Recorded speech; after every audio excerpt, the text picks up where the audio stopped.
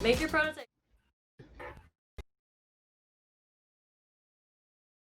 Hey everybody, we're really excited that you're here with us at 4:05 this afternoon. My name is Kristine Atiyeh. I'm a mentor on Team 125, the Neutrons, and I'm here with my awesome sidekick mentor, McKenzie Brunelle, who you probably saw on one of the earlier seminars. I was going to say this morning, maybe it was this morning, or maybe it was really this afternoon.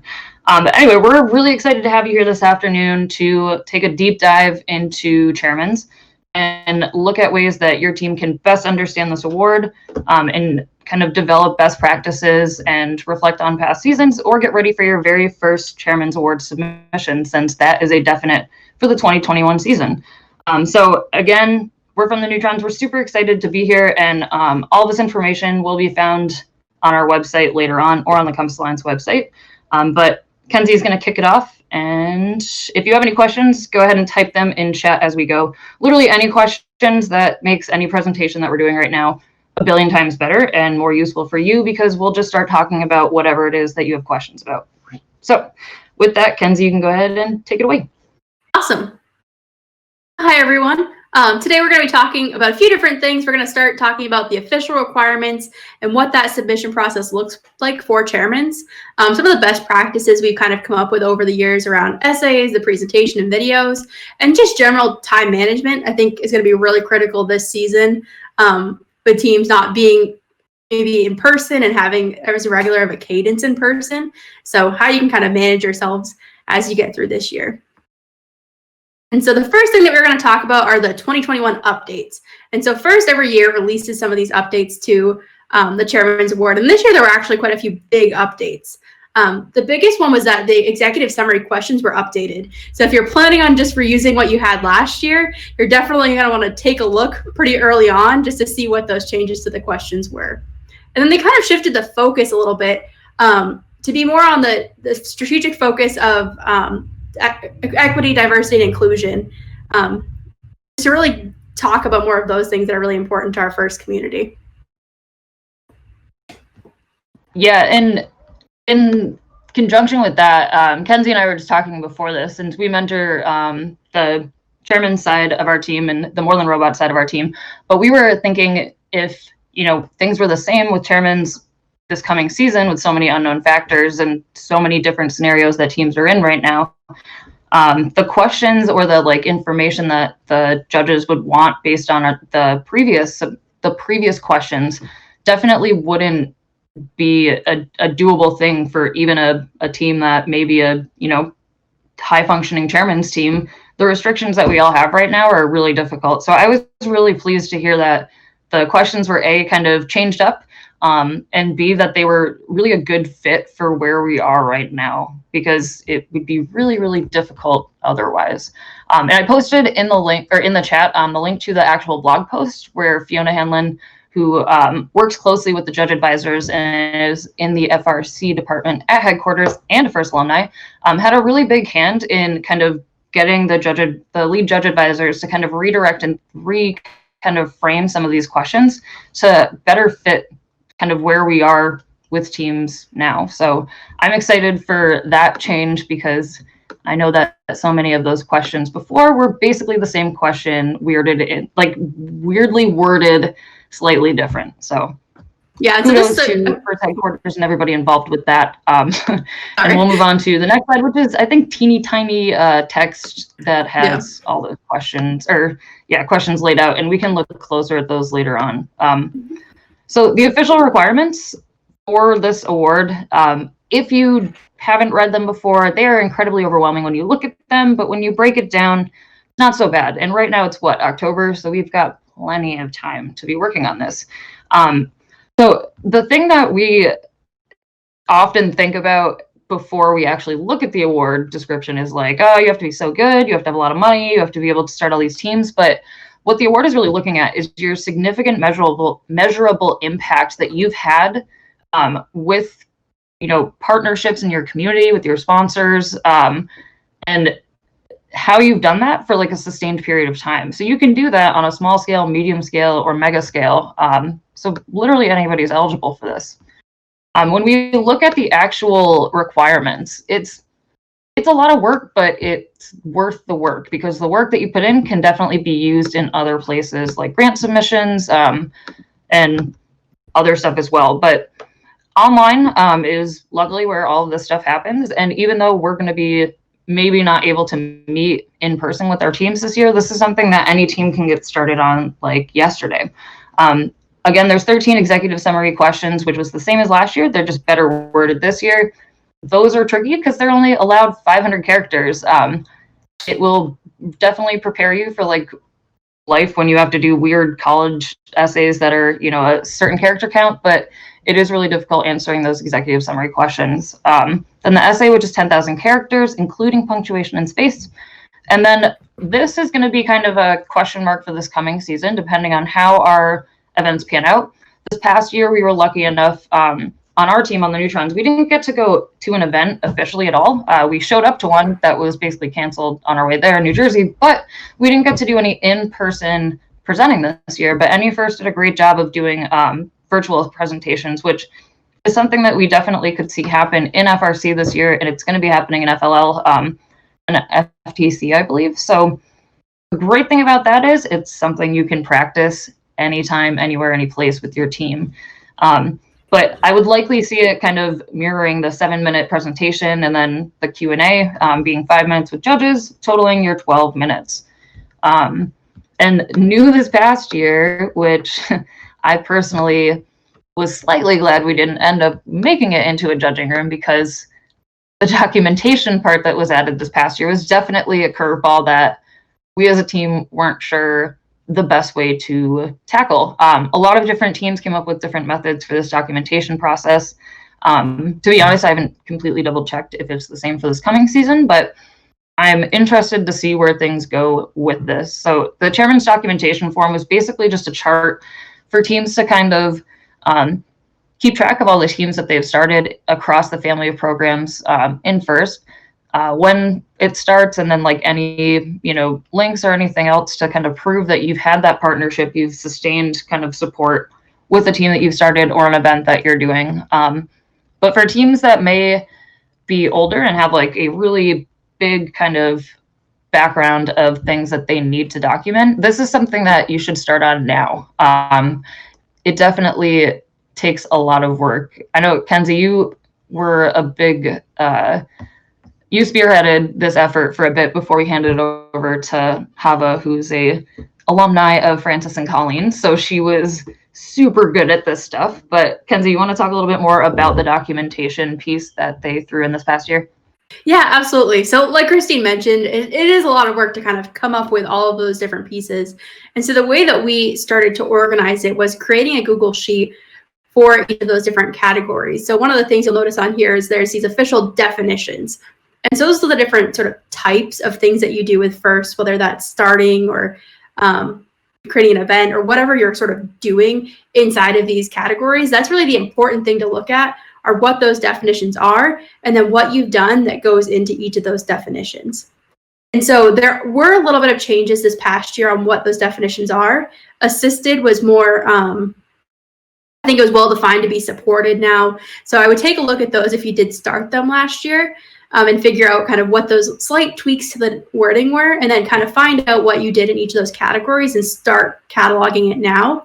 And some of it requires actual documentation. So you do need to start reaching out and maybe come up with a letter or something that you're going to send out to the different teams you started or the people that you're working with, so that you can start getting that piece of it as soon as possible and aren't scrambling and waiting for other people to really get that to you as you need it.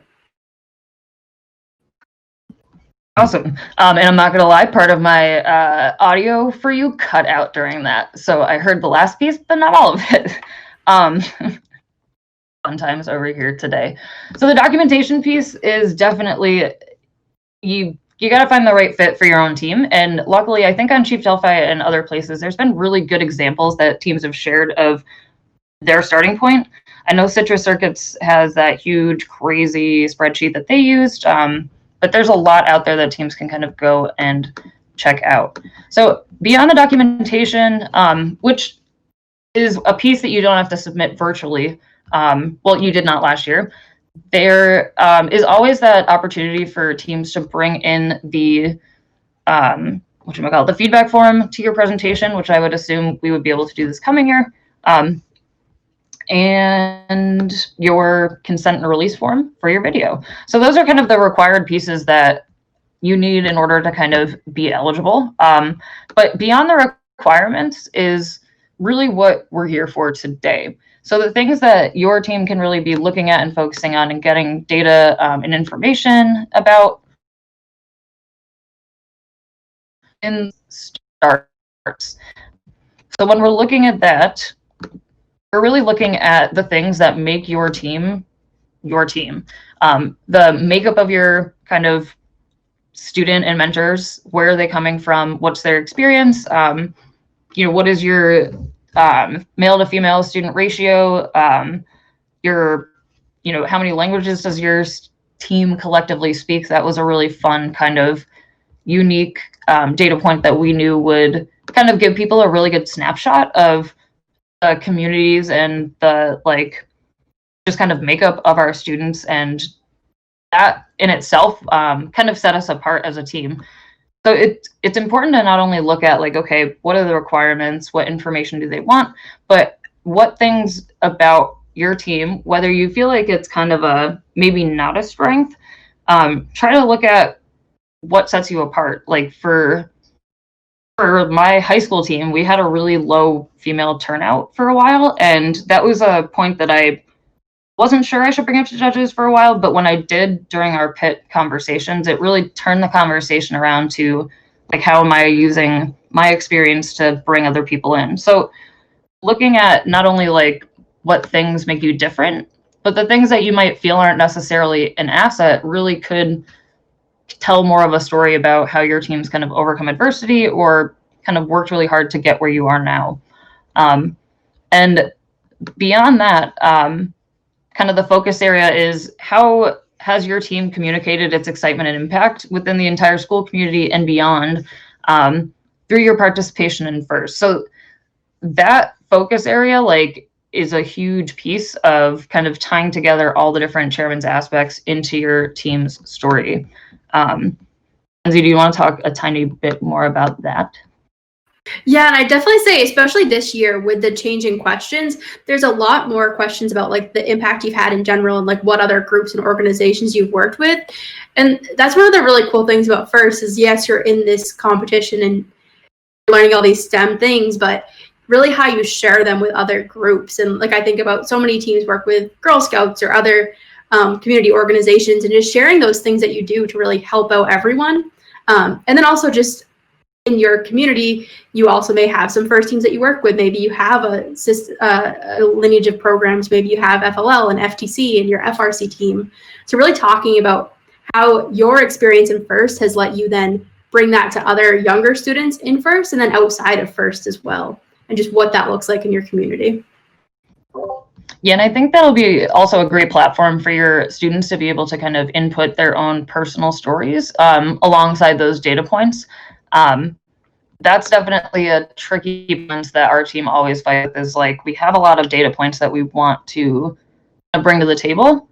And there's also these really impactful personal stories that support those data points. So something that we've really tried to figure out in the past few years is where can we kind of strategize and put different data points, and where can we kind of elaborate the story about it later on in our submission. And that's definitely a tricky thing to figure out. But if you're able to at least collect your data in this type of time frame where you don't have a lot going on in terms of robot building, and you can really connect with each of your team members or even alumni and get those personal stories and try to figure out you could either start with data or you could start with personal stories of impact and try to work backwards from the impacts, kind of the people that your team has produced by doing these things, and then figure out the data points. Or you can start with the data point and then figure out, okay, is there somebody out there that can really deliver a really good personal story about it?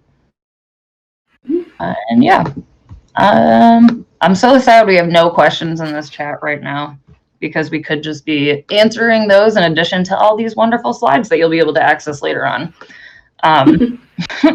So before we did talk about like another point that we're going to be bringing up. So really like looking at like what does your team do best, what sets you apart, and what makes you unique. That isn't just a data point.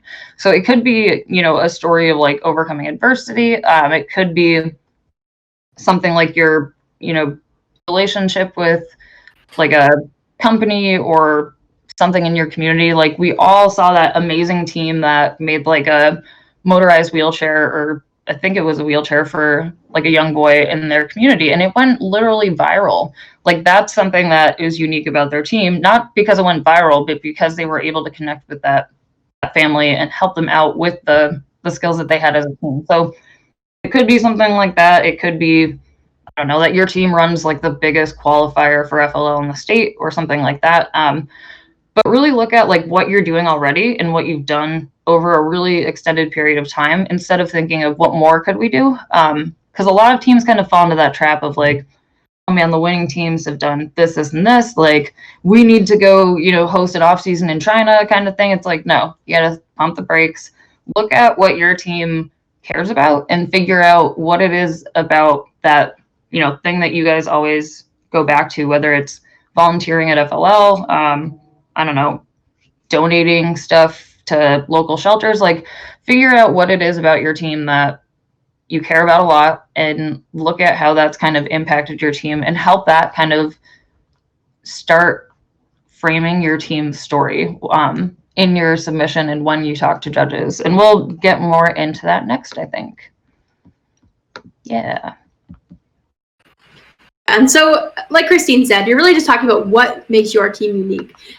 I mean, it's really easy to fall into that trap of, oh my gosh, they're doing this over here, like we need to be doing that. But every team faces their own challenges. Like every community has something that they're kind of working against and like that they're trying to really fight for to get through in their program. And so what does your team do like that sets you apart? How are you a role model to the other teams in your area or across the world? What does make you unique? And everyone, again, does have those things. And it's just kind of not looking at what's around you, what everyone else is doing, and just saying, okay, what is my experience? What is my team going through? What are we doing? And that we need to talk about our story, not their story, not the one that every other team is doing, but what is our story that we can share with the judges that is going to make them remember us and realize what we've done and how hard we're working to really achieve some great things in this community. Preach. So with that, we're going to just kind of hop into the best practices when it comes to actually like doing the thing and, you know, submitting the award, because to be honest, it's tough. It is a ton of work. But if you are able to kind of go over things collectively as a team and really get an understanding of what's required and then tailor some sort of like timeline and deadlines and roles and responsibilities for yourselves, it's totally doable. So when you're looking at the like actions you need to do in order to like start and finish this in the season, which I have a feeling this season we are going to get a lot more time than we typically would, which I am very much for. So the first thing, keep an eye on the reward deadlines. And then once you actually know what they are, set earlier ones for yourself, because as we all know, even now when we're all living online and in the cloud and whatnot, things go wrong. Zoom crashes, like Google and the internet stop working. So make sure that you set your deadlines earlier for yourself so you don't miss the actual one. The information that you've already collected for some reason in the last like year or two about your team, whether it's a list of names that of people who've graduated or a list of sponsors, use it and then add to it. So start some sort of database about your team in terms of like your team data. And like, that's one thing that I will admit, we as a team on the Neutrons have been pretty awful at, but we're getting better at because we have new mentors with better Excel skills. So get some sort of system going where you can collectively and collaboratively work on plugging in data and keeping it as up to date as possible. That way you don't have to start from scratch the following season when you decide to apply again. If you already have an award submission that you know you've worked on in the last year or two, don't start from scratch that year, like, or this coming year. You know, you could start from there, and then if you get to a point where it's finished and you have more time, great. Figure out if you want it or if you want to change it. Figure out the high level things that you need to gather for your like supporting documents. So with the documentation aspect this past year and this coming year, figure out like what things you really want like a good solid piece of documentation for, whether it's like a letter of support from another team, or just proof that you did it. Like if you know that something's going to take a little bit longer to get, or if you want it to be good and not rushed, really pinpoint those things. We don't really know what the like presentation visuals or supports are going to look like for this coming season. And if we do, and I just haven't read it, throw me a bone. But I don't think that they've really released it yet. And it would be good to keep an eye on those. That's the thing that we always like kind of ran into rushing into, is like, you know, we're literally begging FedEx to like add us a little higher on their queue of printing stuff, or the amount of rewards points that I don't know how to use at Staples from all the printing that I've done in the last 5 years is proof of we should have planned a little sooner. So really figure out like what things are going to take longer. When it comes to proofreading stuff, it's never too soon to have somebody start skimming over.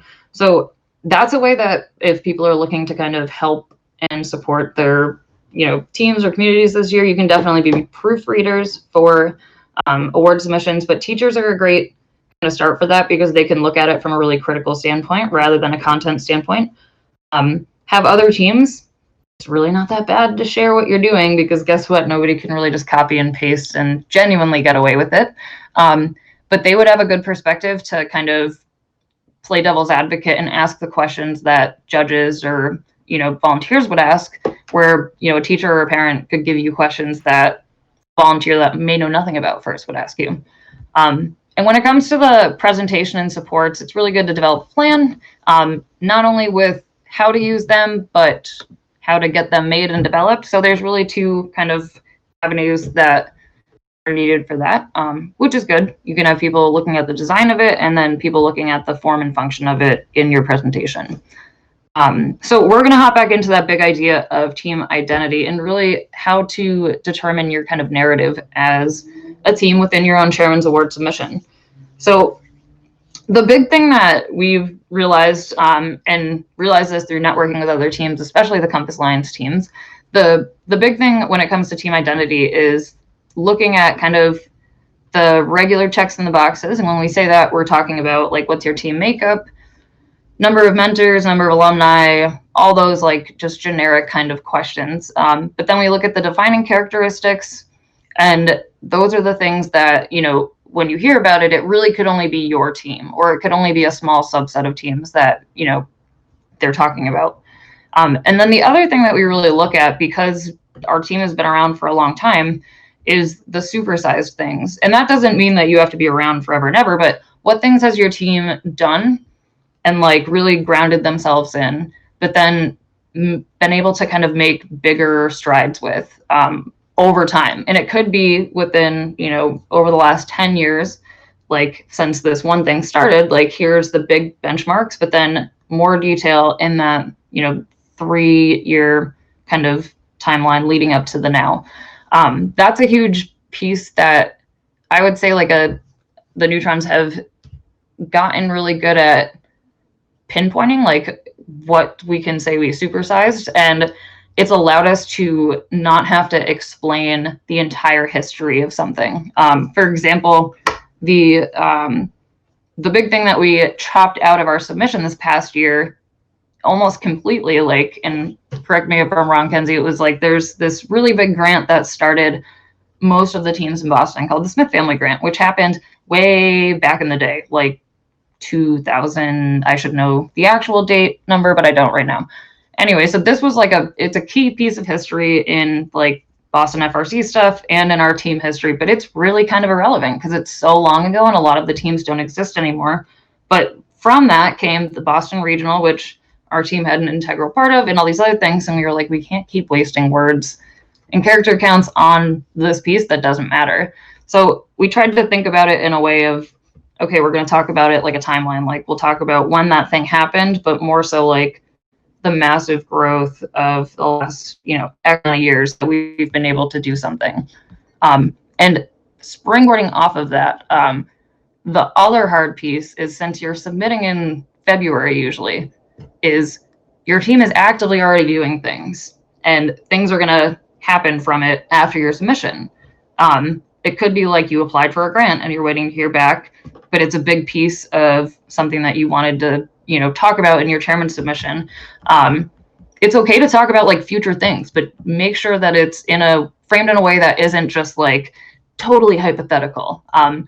So for example, something that we had in our submission was we applied for the STEM equity grant in FIRST, and literally up until the minute that we were like about to hit the submit button for that year, we were like, okay, like we don't know where we are in this, like, grant approval process. We're like this far in, but we don't know if we're allowed to talk about it. So we like kind of had a section in there that talked about it and then talked about the proposal pieces within it, like what our future plans would be, so that at least led the judges to talk about questions later on, or ask questions later on in the presentation about that. And it was a good segue into the students being able to give them the most up-to-date information. So if you have some weird important thing going on like that, where you're not going to know the real like outcome or direction that thing can go until after the submission, try to leave some sort of like, this is something that we have actually started, and this is what we're hoping to do with it. You don't have to have the actual, outcome, but that would at least lead them into asking you about it within your presentation. It's always good to be able to add those little like cues that will help you out in the long run. So Kenzie, one thing I know we talked about as a team was kind of how to strategically spread out some information, kind of like that, like future stuff, to lead judges into kind of asking more, or like the idea of kind of planting Easter eggs within your executive summary, your essay, your presentation, and your video even. Do you want to talk a little bit about that? Yeah, definitely. And so you really do have all these different pieces of content that you're giving the judges, and they're all kind of happening on different timelines. So your executive summary and essays get submitted online, and the executive summary, they give you pretty pointed questions. And so they're a good chance to kind of start sprinkling in information that really pertains to those questions. And then the essay, you can tell the broader story of how those things all kind of flow together. And then really, like Kristine said, you're kind of leading the judges into asking the questions in the interview about those things. So giving them enough information that they're like, wow, that sounds really interesting, but also I kind of want to know a little bit more. If you don't have enough characters, you can really kind of be queuing up those important questions. And then with the interview itself, it's a really good chance then to tell the personal stories. So it's really important to make sure you aren't necessarily just repeating the exact same data point over and over the entire time. Like that's not going to really give you much else. Like they're going to read that data point one time and great, that's nice and helpful for them to know, but they don't need to know it over and over. So just making sure that too, the interview is really the place where you're using those personal stories. That is the one and only time a student is in front of a judge. And that is so impactful, especially thinking about a lot of these judges have professional careers, and some of them are in FIRST and didn't have that experience as a student. So that's the one time that they can really see what that student is getting out of the process of being on the team, and like what that's really like, and what the impact that student has had on the community, and how that's also impacted the person on the team. And so making sure that you're really utilizing that interview time really well to not just regurgitate everything that's inside of your essay, but to also just tell that story of, I'm a team member, this is what I did, and this is why it's so important. And then with the video, it's also really helpful, and you can show a lot of great stuff about your team, but it's kind of another place to just show that story in a more visual format. Yeah, definitely. And one big thing that we try to go back to constantly, whether it's in an outline, in the actual, executive summary submission, or the actual essay, or even in our presentations, or really any kind of judge interview, is what are the takeaways that you're hoping the viewer to get, whether it's a judge, somebody who knows nothing about FIRST or whatever, like understanding what you're getting across in that moment, whether it's in writing, like Kenzie was saying, like when you're in front of the judges during that one time, but really looking through and critically thinking about what you're getting as the takeaway after experiencing it or reading it, or what the intent was from the person that is either writing it or delivering it. I think we're on to that slide. The next one. So there's a chart that we use for the executive summary when we're starting to write it, and it has saved our sanity a lot on the neutrons, especially when we're really starting off fresh, because even the most experienced Chairman's Award students that have done the submission and really nailed it, the starting point is painful. If you have done it before, you have an idea of what you think it should be. If you haven't done it before, you have no idea what it should be. So finding that sweet middle ground is very, very difficult. So we've kind of come up with this way on our team of using this chart as a way to kind of really pick apart and clearly see what we're trying to convey, what our response is, and any kind of feedback that people have. And we made this available to any team that was looking for any sort of template or starting point. So if you do want access to this, you can definitely ping us at neutrons@gmail.com and we'll send it your way. But this was a great way for everybody to collectively and collaboratively work on these questions without it being a total train wreck of a Google Doc. It was a way for us to kind of clearly see okay, this is the actual question we're answering. These are the takeaways, meaning what are the facts or things that the person reading it has to be able to walk away with. And sometimes it could just be a few team numbers or a reminder or something. And then we try to go and bold the most important words or parts of those award questions, because they do get really overwhelming after time. And I don't know, it's hard not to feel like you're being tricked with the wording and stuff. So we always try to bold, what are the things that we need to pay attention to? So this was a way for us to not lose our minds and to be able to quickly go back and make sure okay, did we hit these, points or topics? Because sometimes when you're, editing or whatever, you take something out of one place, you think it ends up in another place, and it doesn't. So that was a way for all of us to be able to hop in and out and know exactly where something was and where to kind of give feedback as well.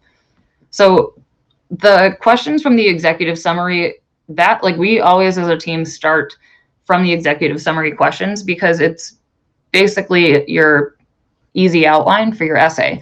And if you can get the 500 character count down, you will easily be able to go and do a 10,000 character essay about that content afterwards. It is painful, and I think some people and teams avoid just doing that and then open up a blank Google Doc and say, let's go write an essay, which is my nightmare. But I promise at least getting an outline or bullet points for your executive summary will save you the time of stopping and going and fishing out information during that, blissful essay writing later on. So for the competition season, we don't know what that will really look like this coming season, but even after we submit on our team, the actual content part or the non-presentation work of chairman's continues on pretty consistently throughout the season. So we have people on our team, and it's just kind of a built-in practice of optimizing. Obviously, we practice our presentations. We get people, ready for judging in the pit and in the interview room. But we also kind of look at what other teams are doing and try to network with teams to get kind of different practice questions or get feedback on what their experience was like if they're competing before us. So this year it would be a great idea to go and network with teams within your district and ask okay, in-person teams that got to compete week 1 and week 2, what was your experience like?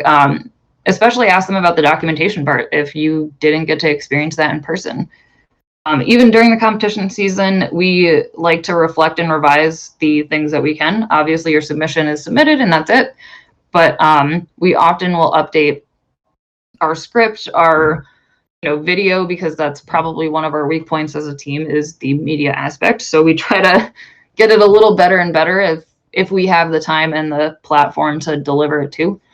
But we use the entire season to really just try to keep pushing ourselves. And that's not just because we've been fortunate enough to win, a district event and then a district championship, but even years where we haven't competed at the championship level, we do continue to look at the chairman's content and really try to infuse that into the pit space and in that judge conversation. So even if your team isn't going to be, sweeping in blue banners, it's really important to continue your updating and your kind of content work on the More Than Robots side of your team throughout the year.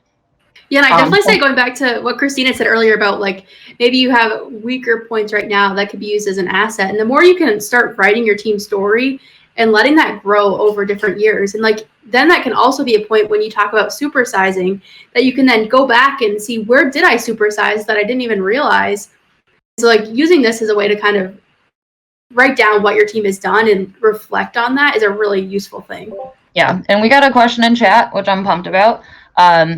OG Pi Pro asks, so does the essay have a separate prompt, or is it intended for tying all the executive summary questions together more cohesively?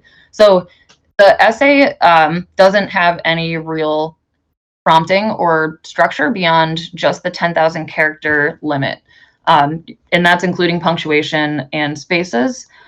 But for teams that are just starting off, the executive summary kind of content is a really good kind of starting point for some sort of outline or framework for your presentation. And the good thing is too, the FIRST website has a huge kind of resource page for submitted awards, and they have past winners from regionals and district championships. So you can at least get a really good variety of examples of successful pieces. And they're all very, very different, both the executive summary and the essays. There's teams that do the executive summary as bulleted facts. There's teams that do the executive summary as just quotes and personal impact. And then there's teams that do really wild things with their essays, themed essays. There's, a lot of different ways to kind of break it all down, but it's really what best fits the needs of your team and the needs of how to best convey your team's story. And I'd say this year too, with the executive summary questions changing and a little bit of the focus shifting there, I think it'd be really helpful too this year to really look at those executive summary questions and what FIRST is looking for there, because that could really change your essay up from previous years, just because there may be things that they're asking about that they just haven't asked about before. So taking that look there and knowing what FIRST is kind of asking about in general this year will be really helpful to reflect that in your overall essay. Yeah, and thank you for that question. Literally can't stress enough. If you guys have any questions or any specific things about chairmans that you want us to cover, please feel free to do that. So the next thing that we're going to be talking about, so presentation tips, I think we can kind of graze over those, to be honest. It's something that these slides will always be here for you to go and look at again. But the presentation tips are really just get the people who care most about it and are most excited about it. And I think this year, with the potential of some sort of virtual interview, it could be somebody that's also a driver or kind of strapped into other responsibilities. However, everybody should be able to, have the opportunity to at least give it a go. It's definitely a high stress position on the team, but for people that genuinely are excited and passionate about it, it's a really good role. Something that I think, I will bring it up real quick, that I was really fascinated by. I found out that on Citrus Circuits on 1678, they have a student role on the team that's the chairman's coach. And it kind of developed out of a student that was really, really passionate about doing chairmans and working on that part, but was also the operator on their team, which obviously is a pretty important role that would keep them busy all the time. And the way that their team operates, when you're a driver, you have basically every minute of your event scheduled out for you, so you can be locked into everything. But for her, instead of being a presenter, she was able to be kind of the chairman's like coach, and she helped kind of develop a plan for their chairman's team, and it was newer students that year. And she was kind of like the lead student slash like responsible human that was navigating their group like through it, which I thought was really impressive. And I thought it was a really great role to add in if you have somebody who may be really not comfortable with presenting, or just may not have the time to dedicate to like knowing their lines and, you know, dedicating themselves to that. So that's a role that I thought was awesome. It's a role that I think not every team could have. I know, like for us on our team, it was a role that ended up happening a bit this year. It would have happened more if the season actually happened, but it could be a really good fit for your team, perhaps. And when it comes to getting ready for your presentation, it's always good to at least come up with a plan. That doesn't mean like word for word script. It could just be, all right, who's going to be covering what topics? What's the order of information? What's the cue for like, okay, I'm done with my part, those types of things. And there's really good examples online on both the Compass Alliance website and on the FIRST headquarters resource library of examples of what teams have used. There's also great guides for the getting started with your video or other components of your award submission with your team. So we're going to dive quick in the last 10 minutes into some of the fun stuff, the presentation visuals, which I don't know what those are going to be like this coming season, but perhaps there will be even more opportunity if it is going to be virtual, and it'll mean less trips to Staples for me. So something that we steer clear of heavily on the More Than Robot side of the Neutrons is using anything that requires power or technology or coordination between humans and technology in our presentations, because chances are we would end up in a locker room with no, you know, like plug or whatever. I always fear technology too much when it comes to timed kind of uncontrolled situations. So we keep it pretty simple. We try to do just a large presentation visual that will help not only the judges kind of get some sort of engaging visual like thing to get them thinking, but it also is a way for students to go and like reference and pinpoint things that they needed reminders of. So Tatiana and Emma are two of the best human beings on the planet, but they're to the right of that board in that picture. And I had asked them like, okay, what are the things that you need a reminder of like during this presentation? And they're like, this one number and this one number. So it was kind of like a way for them to go and like look over if they needed it and use that. And we got that printed at Staples with like the architectural prints for maybe $20. And it was huge. Like, I mean, Tatiana and Emma are both very short human beings, but I think that poster was about 3.5 feet by 3.5 feet, and it was relatively cheap. And then we threw it away right after because it would have gotten destroyed getting packed back into our van. The next slide is from one of my favorite teams ever, Team 503 out of Novi, Michigan. And they are one of the most winning Chairman's Award teams that hasn't won the big one yet, and they should, and I hope they do very, very soon. But I love that their graphics are like, they're really like clean. Their team is green, so they played on the greens, but there's lots of great templates like this out there. I love that they included photos of people. That was something that we tried to do more of in our handouts to judges, is kind of connecting like the actual humans to the information that they're getting. The next one that we had was from none other than 1902 Exploding Bacon, who won the big one. What was it, 2 years? Well, not this past year, the year before. They are masters of branding. You can find their seminars on YouTube from championships, but they've got it nailed in terms of like from a mile away, you know, it's their stuff. But it was interesting to see in the last few years of their like really pushing hard to win championship chairmans, seeing how their visuals kind of transformed and really kind of refined and got simpler over time. And even though their colors are like really, really bold, I will say like their visuals were all really like easy and comprehensive to understand. And they were all different enough that you could kind of differentiate like the content of it when it was all together. The next slide. So this is the wonderful 1678, not 17, 1768 is out of Neshoba.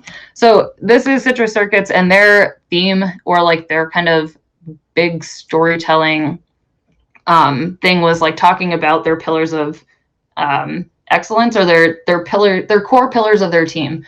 So that was kind of the starting point, where those tall like tubes that you can get at Home Depot, they're like cardboard, and then each person, as they were presenting, like when it was their turn, they would turn it, and it had kind of more information, as you can see there. And it was like a simple interactive thing. I thought that was pretty cool. But the way that your team wants to do it is really like, there's really no wrong way.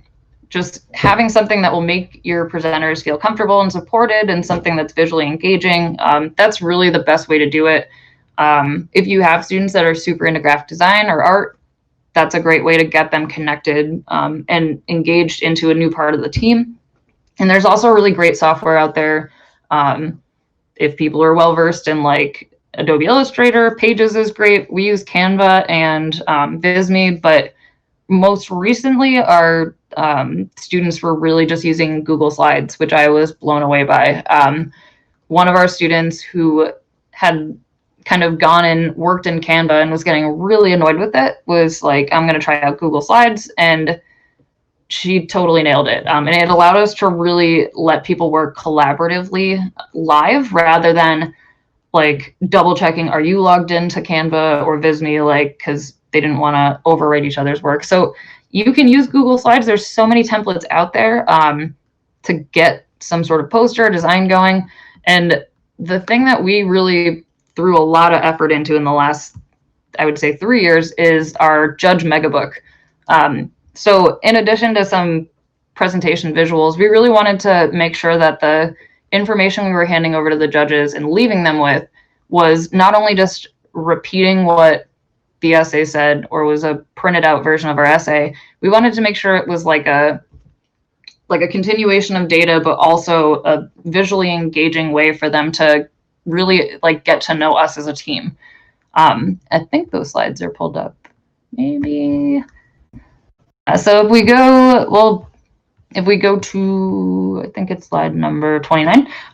This is our Chairman's Award Megabook. So this was our big undertaking in, I think it was a 3-year kind of process in refining it, but really making sure that the like information that we were handing over to the judges wasn't just a giant binder full of like newspaper clippings or photos, that we really tried to curate every important or like sentimental thing and placed it kind of in an order that made sense, or that we wanted them to kind of navigate our story through, if that makes any sense to anybody.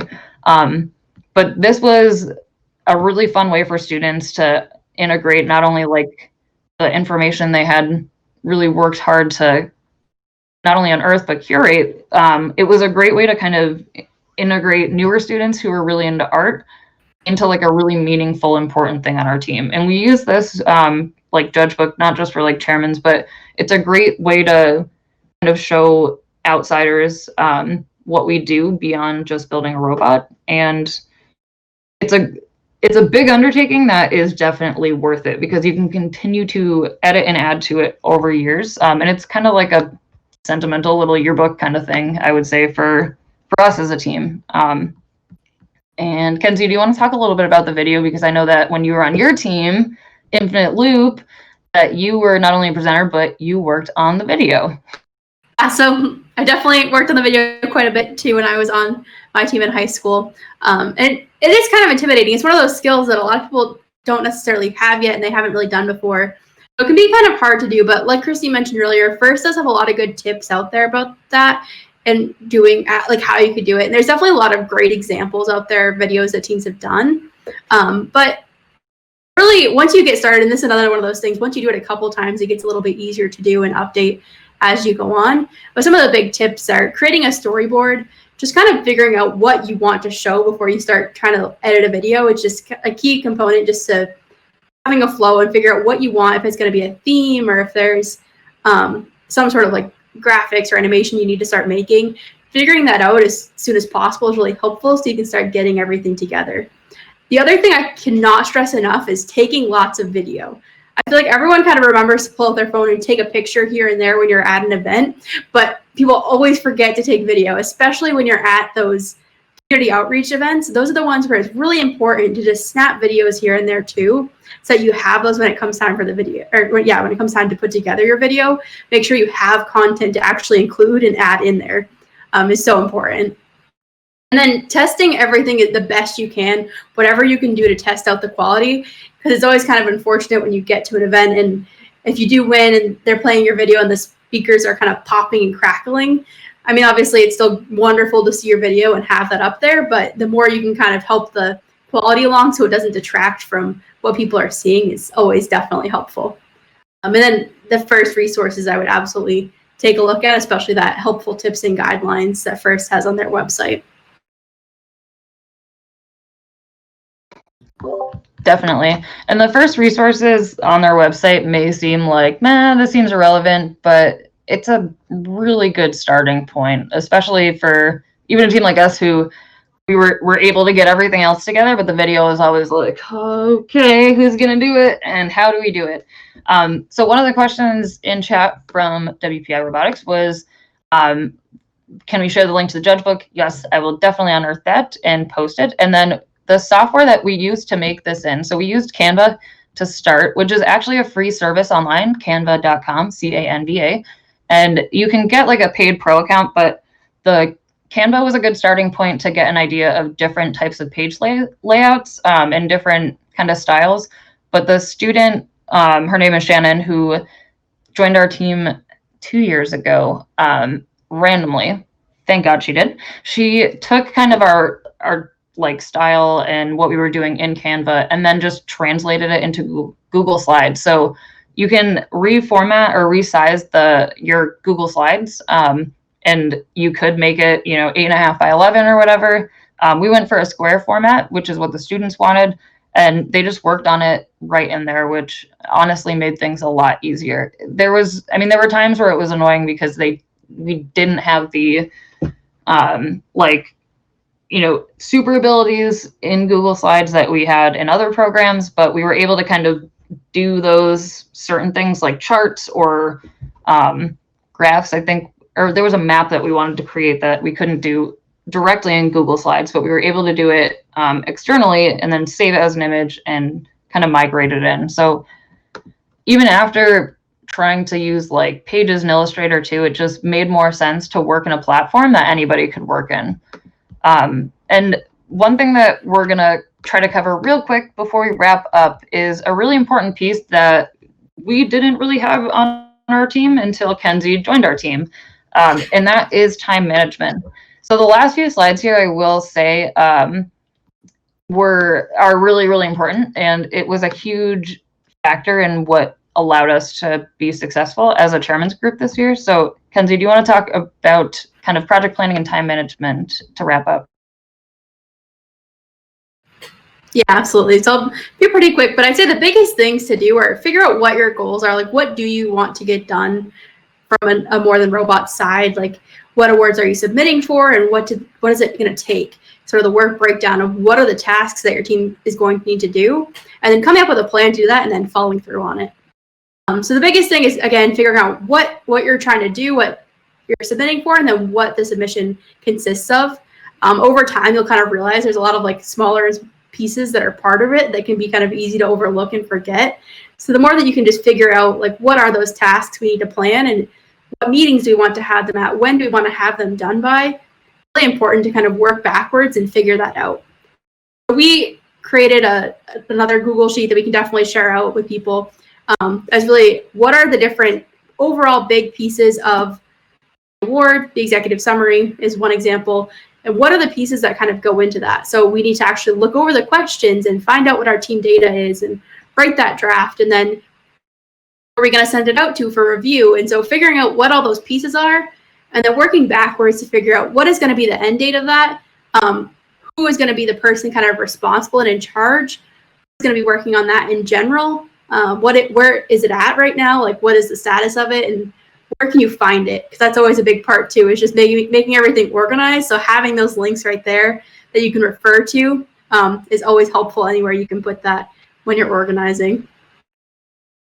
So the biggest tips that we really have are making sure to have someone responsible for each step. So yes, you're going to have a group of people working on everything, but having someone that is like the number one go-to person that's going to say, yes, I'm going to make sure that this gets done is really important, just to make sure that there's someone coordinating and kind of helping push things along.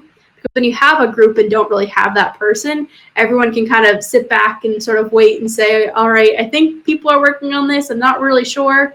But having someone that's saying, yes, we are working on it. This is where we're at. This is what it looks like is really important. And planning realistically, like you only have so much time. Knowing what you actually can do. If you are thinking about making this super crazy elaborate presentation visual, like you probably need to start planning that pretty early on and figuring that out as early as possible. And then also just keeping your build schedule in mind. Like if you have all these, again, crazy plans that you want to do as you're leading up to it, but everyone is really engaged in build and wants to be working on the robot side of things, making sure that you can really kind of accommodate both of that and take, like, where do you want to be spending your time, and making sure that you're letting teams do kind of what they want to. And then being able to split things up between the group and individuals. Where do you need to work together on reviewing, and where can you send things out and divide and conquer? And then reviewing and editing as you need to. As you go along, you may realize things are taking longer, so figure that out. But then the last tip is always the hardest one, but do your best and not wait until the last minute. And it's always going to happen. Like there's always going to be things that change or that you remember or that you need to do. But the more that you can, especially as you do this year after year, remember the things that you don't want to put off and do them as early as possible. Yeah. Or at least admitting, like, this is the thing that we've always put off, and we know if we keep putting it off this year, it's going to stink just like last year. So we definitely fall into that trap of old habits of saying, okay, we're doing it, and then it's like, we didn't do it. So at least keep the lines of communication open. The the project planning that Kenzie was just talking about is a great way to even just do anything this coming season, because you're going to be working mostly remotely, and communicating constantly when you're remote, it is easy, but it is kind of exhausting. We're all messaging all day. We're on, Zoom calls or Skypes or whatever all day. So using a chart or an Excel sheet to track what you're doing would mean that you only have to go and kind of just, update and say like, okay, I updated the spreadsheet. And then that way people can go in at their own pace and check in, what's been going on. So using those templates, even outside of, chairmans and stuff, is a really, really good idea. So we're going to be wrapping up. The next slide is a really good just kind of flow chart that we created based on how we operate and think throughout the year as a team. We do it with robot stuff, but we really do it with the more than robot stuff, like as a total team practice. So that is kind of our method of doing things throughout the year. Pre and post season stuff, it's always great to kind of go through things as a group, reflect on what you've done, whether it's, what you're doing as a team and you want to start your chairman submission, or reflect on how things went with the submission that you did. Even if you were successful in one, that doesn't mean that that's it. It's like the secret sauce, figured it out. You really need to look at what went well, what didn't go well, look at any feedback, gather feedback from people.